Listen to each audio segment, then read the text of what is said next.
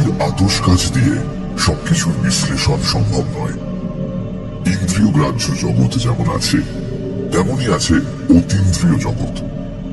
সে জগতে সবকিছু বিচিত্র, সবকিছু যুক্তির মাধ্যমে যাচাই করা চলে না। এই অতি প্রাকৃত জগৎকে গায়ের জোরে অস্বীকার যারা করে, তারা পৃথিবীর 12 আনা রহস্যের খোঁজ পায় না। অনেক সময় আমরা মনকে বোঝাই এসব চোখের ভুল, মনের ভুল, যা ঘটেছে নিছক কল্পনা অথবা মনের তৈরি মায়া। কিন্তু সঙ্গোপনে নিজের মনের মুখোমুখি যখন বসি, তখন এসব অবজ্ঞা করা দুরূহ হয়ে ওঠে। বনিতা ছেড়ে আসল ঘটনার কথা বলি। রায়পুর থেকে 36 মাইল পশ্চিমে আধা শহর, নাম খুরশিদগড়। আধা শহর বলছি এই জন্য, পাকা রাস্তা আছে, গোটা কয়েক অফিস, একটা পেট্রোল পাম্প, মোটরের কারখানা। পাকা রাস্তার পরিধি পার হলেই নিবিড় জঙ্গল, ছোট ছোট টিলা, কিছুটা অঞ্চল সংরক্ষিত সরকারি বন বিভাগের। প্রথম এসেছিলাম বছর 10 আগে এক টিম্বার কোম্পানির প্রতিনিধি হিসেবে। কাজ বিশেষ কিছু নয়, জঙ্গল থেকে কাটা কাঠের হিসেব রাখতে হতো। 2 জন কর্মচারী, মাসান্তে তাদের মাইনে দেওয়া।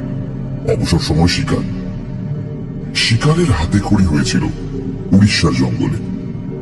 বাবা সেখানে বন বিভাগে ছিলেন, জরিপের কাজে। তিনি হাতে করে শিকার শিখিয়েছিলেন। প্রথমে সাম্বার, অ্যান্টিলোপ, তারপর বন্য বরাহ, শেষকালে লেপার্ড। নিজের দক্ষতার উপর বেশ আস্থা হয়েছিল। এদিক ওদিক থেকে শিকারের জন্য ডাকও আসত। তারপর খুরশিদগড়ে আবার যখন এলাম, তখন আবার পদোন্নতি হয়েছে। এক বিশ্বজোড়া পেট্রোল কোম্পানির আমি ভ্রাম্যমান পরিদর্শক। বড় শহর বদলায়, তার রাস্তাঘাট, বাড়ি বাগান কয়েক বছর অন্তর নতুন রূপ পাল্টায়। কিন্তু খুরশিদগড়ের মতন আধা শহর শতাব্দীর পর শতাব্দী একরকম থাকে। পুরনো বাসিন্দারা এসে ঘিরে ধরল, কুশল প্রশ্ন, নিমন্ত্রণের হিড়িক, অনেক রাত পর্যন্ত গল্পগুজব। আড্ডা ভাঙবার মুখে আদিবাসীর দল এসে দাঁড়ালো। খালি গা, পরনে নেংটি, চুলে পালক গোজা, কারো কারো হাতে টাঙ্গি আর বর্ষা। এদের বাস জঙ্গলের মধ্যে, ঝর্ণার ধারে। রাস্তা তৈরির কাজ করে, মেয়ে পুরুষ দুজনেই। সারা বছর এই কাজ থাকে না, বিশেষ করে বর্ষাকালে। তখন এরা জঙ্গল সাফ করে, চাষবাস করে, হরিণ কিংবা পাখি শিকার করে আগুনে ঝলসে খায়। বাবু, তুই এসেছিস, এবার বাঁচা। মনে হলো চেনা লোক। 10 বছর আগে আমাকে দেখেছে। মুখ তুলে দেখলাম, ঠিক তাই, মোড়ল কথা বলছে।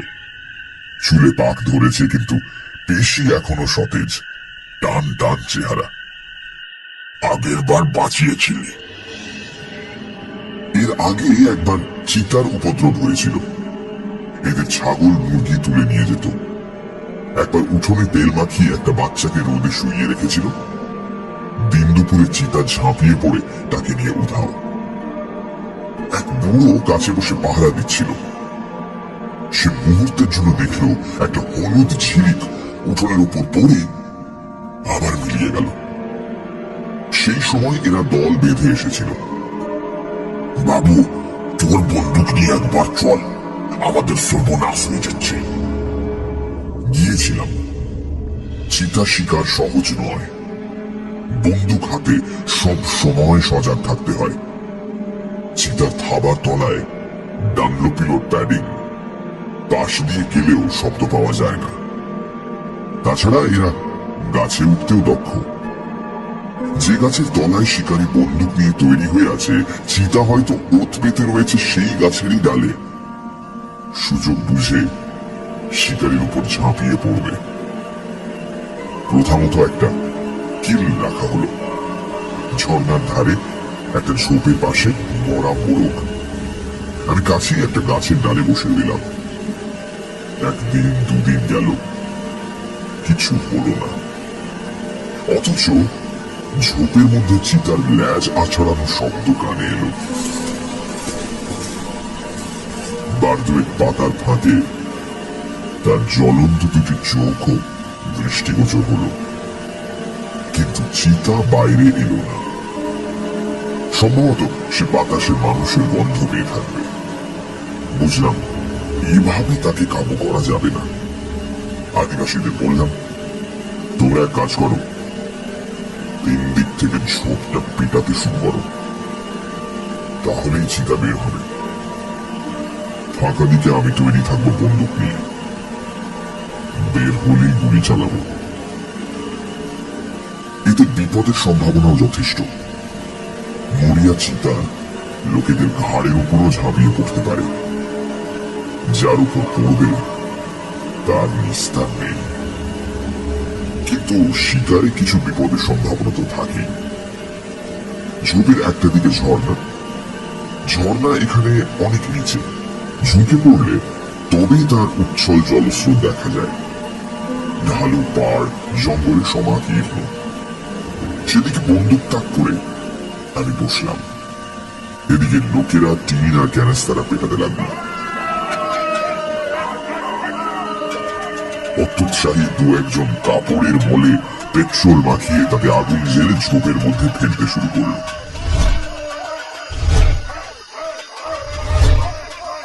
কাজ হল। ঝোপের আড়াল থেকে চিতার ক্রুদ্ধ গর্জন শোনা গেল। প্রায় ঘন্টা কয়েক পর ঝোপের মধ্যে একটা তীব্র আলোড়ন। চিতাটা লাফিয়ে শূন্যে উঠল। পরিষ্কার দিনের আলো, আকাশের ছিটে ফোটাও মেঘ মেঘ। হলুদ রঙের একটা বলের আকার। চিতা নিজের শরীরটা গুটিয়ে নিয়েছে। কাছের মার্বেলের মতো জ্বলছে দুটো চোখ। বড় বড় দাঁতের ফাঁক দিয়ে লাল টকটকে জিভটা বেরিয়ে পড়ছে। প্রায় সঙ্গে সঙ্গে গুলি করলাম। অপর দুটো, প্রথমটা পেছনের পায়ের উপর লাগলো, আর দ্বিতীয়টা চোয়ালে। চোয়াল ভেঙে যাওয়ার শব্দ হলো। শূন্যে ডিগবাজি দিয়ে চিতাটা নিচের ঘন জঙ্গলের মধ্যে ঢুকে গেল। তার প্রাণে বেঁচে থাকার প্রশ্নই ওঠে না। চোয়াল গড়িয়ে যেতে নিজের চোখে দেখেছি, কিন্তু আফসোস হলো শিকার হাতের মুঠোয় এলো না। খুব অল্প সময়, তবু তার মধ্যে নজর এড়ায়নি। চিতার একটা কান নেই। সম্ভবত বনে বাদারে ঘোরার সময় কাঁটা গাছে লেগে কানটা কেটে গেছে। দ্বিতীয় বৈশিষ্ট্য আরো বিস্ময়কর। চিতার দেহের এক পাশে কোনো দাগ নেই, ধূসর বর্ণ। পরে 2-1 পশুতত্ত্ববিদের সঙ্গে এ বিষয়ে আলাপ করেছি। তারাও বেশি কোনো সন্তোষজনক উত্তর দিতে পারেনি। চিতাটা যে মারা গিয়েছিল সে বিষয়ে নিশ্চিত হবার আরো একটা কারণ ছিল। তারপর থেকে আর কোন রকম উপদ্রব হয়নি। 10 বছর পরে আবার সেই উপদ্রব। বাঁচা বাবু বাঁচা, সর্বনাশ হয়ে যাচ্ছে। পিছনে দাঁড়ানো একজন মোড়লের কথার প্রতিবাদ করল। এ কি বাঘ যে বাবু বন্দুকের টোটা ভরে মারবে আর বাঘ খতম? এ তো পিরেত, বাঘের রূপ ধরিয়ে এসেছে। শুনলাম, কোনো মন্তব্য করলাম না। আদিবাসীদের জগতে ভূত প্রেতের অবাধ রাজত্ব। হঠাৎ ঝড়ে গাছ পড়ে গেলে সেও অপদেবতার কাণ্ড। আবার গভীর রাতে শকুন শাবকের করুণ কান্নাও সেই প্রেতের কারসাজি। যাই হোক, ঠিক করলাম পরের দিনে শিকারে বের হব। মোড়লকে আমার সঙ্গে দেখা করতে বলে দিলাম। চিতার গতিবিধি সম্বন্ধে বিশেষ রূপে ওয়াকিবহাল হবার জন্য। পরের দিন সকালে খাটিয়ায় বসে চা পান করছি, মোড়ল এসে দাঁড়ালো। কি খবর বলো? খবর আর কি বলবো বাবু, কাল মমিন যা বলেছে কথাটা মিথ্যা নয়। মমিনকে? আর সে কি বলেছে? মুমিন আমার ভাইয়ের ছেলে, সে বলেছে চিতা নয়, উপদেবতা। ও ঠিকই বলেছে। কেন তাকে স্বীকার করা যায় না? মাস 6 আগে বন বিভাগের এক সাহেব এসেছিল। 10 দিন ধরে না জাল। এই দেখলো চিতা সামনের এক গাছের আড়ালে বন্দুক ছুড়লো। বাস, কোথাও কিচ্ছু নাই। একটু পরেই দেখলো চিতা পেছনের পাথরের ঢিবির পাশে। শেষকালে সাহেব বন্দুক কাঁধে নিয়ে ফিরে গিয়েছিল। ও স্বীকার করেছিল চিতালয় ভৌতিক কিছু একটা। এসে বললাম, সাহেব শিকারে যাওয়ার আগে ক গ্লাস শরাব টেনে নিতেন সেই হিসেব রাখো মোড়ল। হ্যাঁ, শুধু সামনে পেছনে কেন, তেমন হলে চারপাশে 4টে চিতা দেখতে পেত। তুমি না সত্যি। আমার রসিকতায় মোড়ল কিন্তু হাসল না। মোড়লের কাছে শুনলাম নদীর ওপারে বনের মধ্যে চিতার আস্তানা। সময় সুযোগ বুঝে সে নদীর সাঁতরে এপারে চলে আসে। দুপুরে যখন এপারের মাঠে আদিবাসী ছেলেরা গরু ছাগল চড়াতে আসে, তখন তাদের অন্যমনস্কতার সুযোগ নিয়ে চিতা ছোট সাইজের গরু কিংবা ছাগলের ওপর লাফিয়ে পড়ে। তারপর আধমরা শিকার পিঠে নিয়ে অক্লেশে নদী পার হয়ে নিজের আস্তানায় ফিরে যায়। কোনো দিন এপারের জঙ্গলের মধ্যে বসেও আহার শেষ করে। একটা বেপরোয়া ভাব, অকুত ভয়, অসম সাহসিক। হলুদ বর্ণের এই অগ্নিশিখা আশপাশের সকলের আতঙ্ক। আমি বললাম, ঠিক আছে, আজ দুপুরবেলা গাছের ডালে বন্দুক নিয়ে অপেক্ষা করব, ঠিক গোচারণ ভূমির পাশে। হয়তো কয়েকদিন অপেক্ষা করতে হবে, কিন্তু এছাড়া তো আর পথ দেখছি না। খাওয়া দাওয়ার পর খাকি শার্ট আর হাফ প্যান্ট পরে তৈরি হচ্ছি। এলো গোকুল প্রসাদ। আমি যে পেট্রোল কোম্পানির প্রতিনিধি, গোকুল প্রসাদ সেই কোম্পানির এখানকার ডিস্ট্রিবিউটর। আমাকে দেখে বলল, একে রণসাজে কোথায়? অবশ্য কিপাং নদীর ধারে হরিয়াল আর তিতিরের ঝাঁক নামে এ সময়। পাখি নয় গোকুল, চিতা শিকারে। দৃশ্যত গোকুল প্রসাদের মুখের রং বদলালো। সে গলার স্বর খানিক নামিয়ে নিয়ে বলল, জঙ্গলে যে চিতা অত্যাচার করছে সেটা নাকি? হ্যাঁ, আদিবাসীদের দল এসেছিল, সেই চিতার কথাই বলল। সর্বনাশ, ওই কাজ করবেন না। গোকুল প্রসাদের কণ্ঠে আতঙ্কের স্পর্শ। কেন? ওটা চিতা নয়, অশরীরী কিছু। জোরে হেসে উঠলাম। জানতাম গোকুল প্রসাদ কখনো নেশা ভাগ করে না, জীবনে বিড়ি সিগারেটও খায়নি। কাজেই নেশার ঘরে কিছু দেখবে এমন সম্ভাবনা কম। তবে গোকুল প্রসাদের সঙ্গে দেখা হয়েছিল বছরখানেক আগে। তখনও পর্যন্ত সে অকলঙ্ক চরিত্র ছিল। বছরখানেকের মধ্যে যদি নেশার দাস হয়ে থাকে তো বলতে পারবো না। তাই প্রশ্ন করলাম, কি ব্যাপার বলতো? গোকুল প্রসাদ খাটিয়ার ওপর চেপে বসল। দিন 15 আগে আমি রায়পুর থেকে ফিরছিলাম, চাচার বাড়ি থেকে। বের হতে দেরি হয়ে গেল। মাঝপথে সন্ধ্যা নামলো। আমি গাড়ি চালিয়ে আসছিলাম। জঙ্গলের পাশের রাস্তায় এসেছি, দেখি ঝোপের ধারে একটা চিতা বসে বসে নিজের পায়ের থাবা চাটছে। মোটরের হেডলাইটে তার দুটো চোখ সবুজ মার্বেলের মতন জ্বলে উঠল। আমি একটু ভয়ই পেয়েছিলাম। সঙ্গে কোনো হাতিয়ার নেই। চিতা যদি মোটরের উপর ঝাঁপিয়ে পড়ে তাহলে তো বিপদ। মরিয়া হয়ে অ্যাক্সিলারেটর চাপ দিলাম।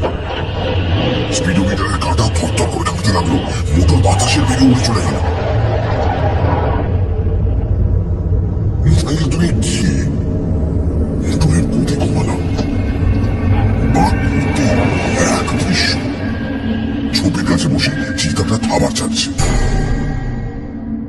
আমি হেসে অভয় দিলাম।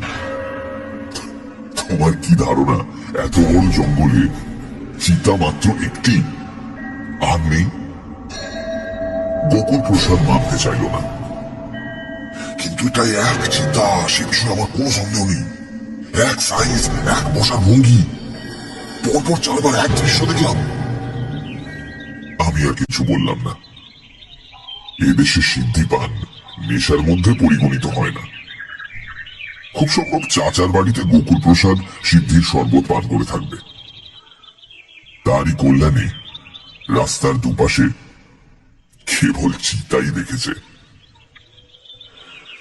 একটু বসে গোকুল প্রসাদ চলে গেল। তারপরে মোড়ল এলো। আমি তো বেরিয়েছিলাম, মোড়লের সঙ্গে বেরিয়ে পড়লাম। এবার কি হবে? পথে যেতে যেতে জিজ্ঞাসা করলাম।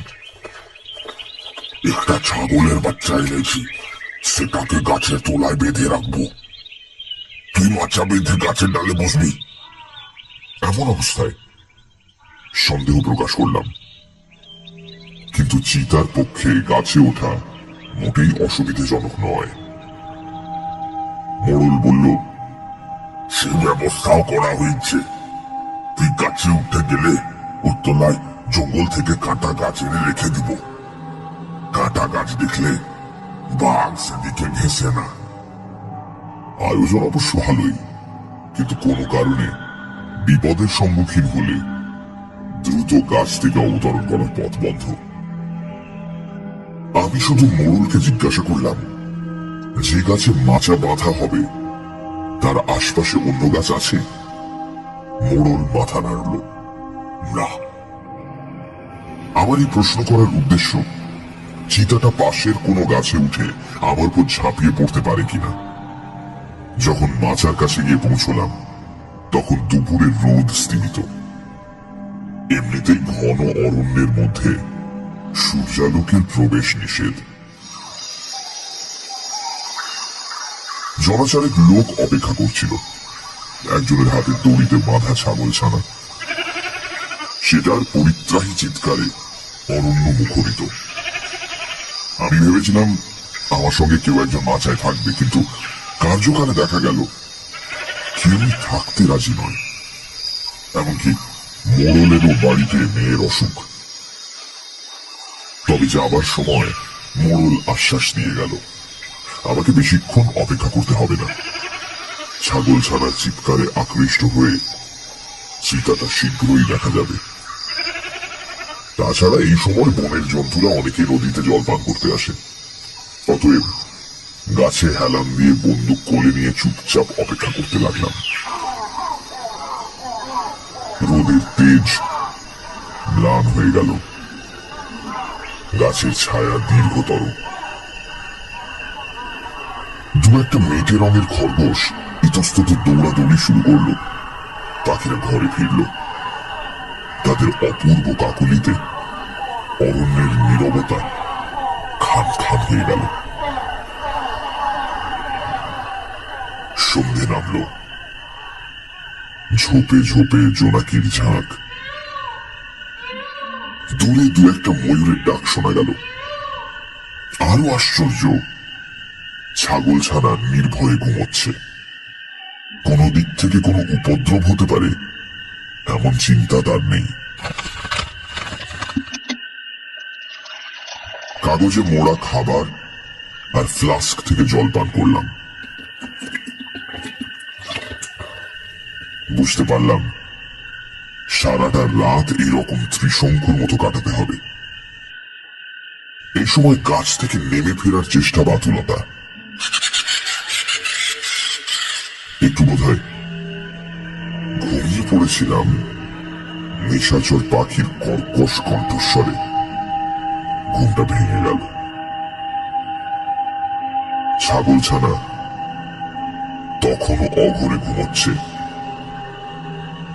ঝোপের পাশে দুটি জ্বলন্ত দৃষ্টি। বুঝতে পারলাম চিতার ঝোপের মধ্যে অপেক্ষা করছে। সুযোগ বুঝে শিকারের উপর ঝাঁপিয়ে পড়বে। এখন আর অন্ধকার নেই, চাঁদের অমল জ্যোৎস্নায় বনভূমি যেন স্নান করে উঠেছে। আমি যেদিকে বসে আছি সেদিকটা অন্ধকার, ঘন পাতার রাশির জন্য, কিন্তু গোচারণ ভূমি, নদীর পাড়, ছোট ছোট ঝোপ সব তুলতে সাদা। ঝোপটা নড়ে উঠল। আমি বন্দুক নিয়ে তৈরি ছিলাম। চিতা অত্যন্ত সাবধানে ঝোপ থেকে বাইরে এসে দাঁড়ালো। চিতাটা পরিষ্কার দেখা যাচ্ছে, কোথাও একটু অন্ধকার নেই। আমি এক ঝলক দেখে চমকে উঠলাম। একটা কান কাটা, শরীরের একদিকে কোনো দাগ নেই, ধূসর বর্ণ। তার মানে বছর 10 আগে যে চিতাকে গুলি করে হত্যা করেছিলাম, পরলোক থেকে সেই চিতা ফিরে এসে আমার সামনে দাঁড়িয়েছে। অবশ্য মুহূর্তের জন্য এমন একটা চিন্তা আমার মনকে আচ্ছন্ন করেছিল। তারপরই মনকে বোঝাতে শুরু করলাম, যুক্তি দিয়ে, বুদ্ধি দিয়ে। কাঁটা ঝোপের আঘাতে যে কোনো জন্তুরই কান কাটা যেতে পারে, এর মধ্যে আশ্চর্যজনক কিচ্ছু নেই। বিশেষ করে সিংহ, বাঘ, চিতা যারা শিকার ধরবার আগে গুড়ি মেরে চলে। আর দেহের কিছুটা ধূসর হওয়াটাও বিচিত্র নয়। কে জানে সামনে দাঁড়ানো চিতাটা 10 বছর আগে নিহত চিতার বংশোদ্ভূত কিনা। চিতার গন্ধে ছাগলছানা জেগে উঠেছে। শুধু জেগে ওঠা নয়, বিপদের গুরুত্ব বুঝতে পেরেছে।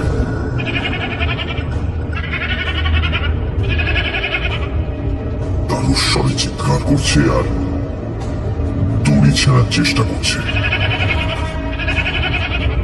আশ্চর্য, চিতার লক্ষ্য কিন্তু ছাগলছানা নয়। সে এক দৃষ্টে আমার দিকে দেখছে, দুটি চোখে প্রতিহিংসা বিচ্ছুরিত। একটু চিন্তায় পড়লাম। কিছু বলা যায় না। যে ডালে আমি বসে আছি সেটা এমন কিছু উঁচুতে নয়, দু একবার চেষ্টা করলে নাগাল পেয়ে যেতে পারে। তারপর দুজনে জড়াজড়ি করে কাঁটার স্তূপের উপর পড়ব।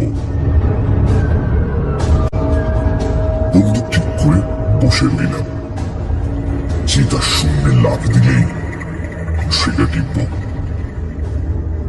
দোনলা বন্দুক, প্রয়োজন হলে দ্বিতীয় গুলিও ছুটতে হবে। ঠিক তাই, চিতাটা নিচু হয়ে মাটির সঙ্গে নিজেকে প্রায় মিশিয়ে নিল। প্রবল বেগে ল্যাজটা আছড়াচ্ছে। ল্যাজের ঝাপটায় শুকনো পাতার স্তূপ ইতস্তত উঠতে লাগলো। দৃষ্টি কিন্তু এখন আমার দিকে। কয়েক মুহূর্ত, তারপরই চিতা লাফ দিল। সঙ্গে সঙ্গে গুলি ছুটলাম, ঠিক বাজরে গেলাম। শূন্যের মুখ বিকৃত করে চিতাটা পাক দিয়ে সশব্দে মাটির উপর পড়ল। চাল পা প্রসারিত করে মরণ যন্ত্রণায় সমস্ত শরীরটা বার কয়েক কুঞ্চিত করল। তারপর স্থির হয়ে গেল।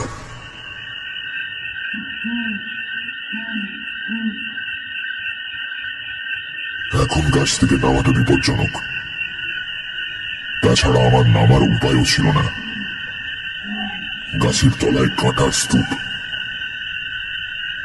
অনেক শিকার কাহিনীতে পড়েছি, বাঘ নিজে নিস্তেজ হয়ে পড়ে থাকে, মৃতের ভান করে। উৎফুল্ল শিকারী কাছে গেলে তার প্রচন্ড থাবার আঘাতে কিংবা দংশনে প্রাণ হারায়। ঠিক করলাম সারাটা রাত গাছের উপরই থাকবো। যা কিছু করার ভোরের আলো ফোটার পরই করা উচিত। কোমরের বেল্ট খুলে নিজেকে গাছের ডালের সঙ্গে শক্ত করে বাঁধলাম। ঘুমের ঘোরে ছিটকে নিচে পড়ে যাওয়া বিচিত্র নয়। নির্মেঘ আকাশ, সবকিছু দিনের মতো পরিষ্কার।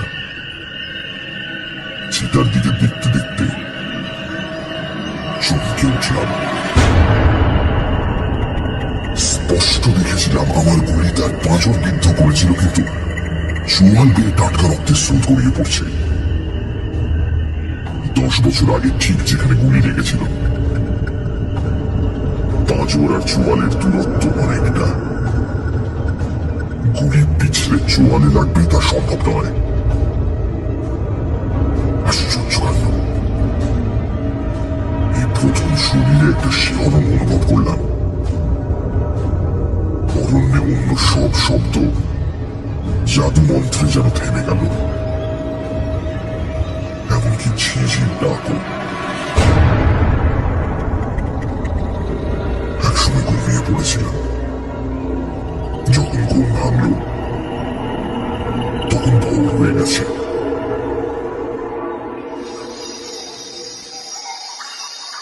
চারিদিকে পাখির স্বর শোনা যাচ্ছে। সামনের দিকে চেয়ে চমকে উঠলাম। কোথাও চিন্তা নেই, অথচ ছাগল ছাড়াও কোথাও। অলৌকিক ব্যাপার। গাছ থেকে অনেক কষ্টে নেমে পড়লাম। কাঁটায় 2-1 জায়গায় ছড়েও গেল। কাছে গিয়ে ভালো করে দেখলাম, রক্তের সামান্যতম দাগও নেই। ছাগল ছানা যে দড়িতে বাঁধা ছিল সেটাও নেই, খুঁটিটাও নিখোঁজ। তাহলে কাল রাতে সবকিছু কি স্বপ্নে ঘটেছিল? তা কি সম্ভব? নিজের বন্দুক পরীক্ষা করে দেখলাম 2টো গুলি রয়েছে।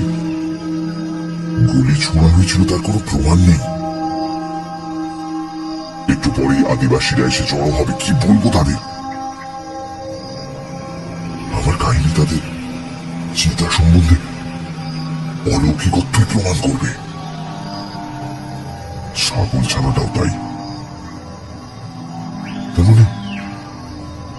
তার মানে চিন্তা এসেছিল। আমার পরাজয়ের কাহিনী আদিবাসীদের কাছে রুটে যাওয়ার চেয়ে নিঃশব্দে আত্মগোপন করাই বুদ্ধিমানের কাজ।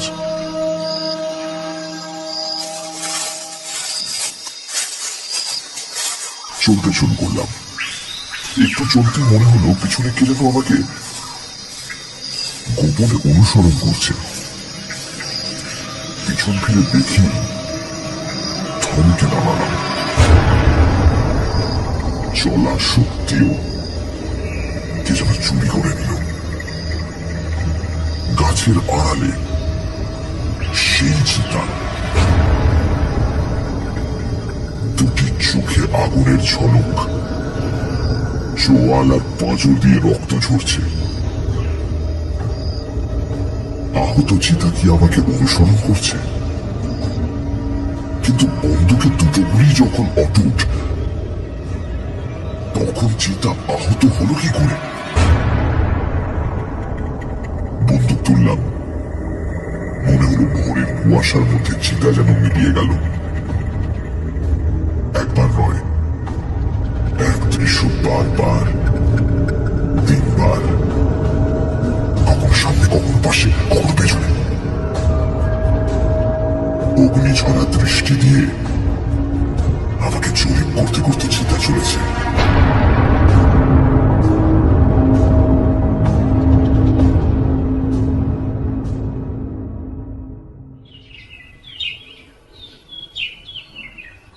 তারপর অনেক দিন কেটে গেছে। বয়স হয়েছে। শিকার করার শক্তি আর নেশা কোনোটাই নেই। প্রায় অবসর জীবন যাপন করছি। মাঝে মাঝে রায়পুর অঞ্চলের বন বিভাগের কয়েকজন দেখা করতে আসে। সকলের মুখেই এক কাহিনী শুনি। কাটা কান আর রক্তাক্ত দেহ নিয়ে যে চিতাকে প্রায় রাতের অন্ধকারে দেখা যায়, তাকে বধ করা কোনো শিকারীর পক্ষে সম্ভব হয়নি।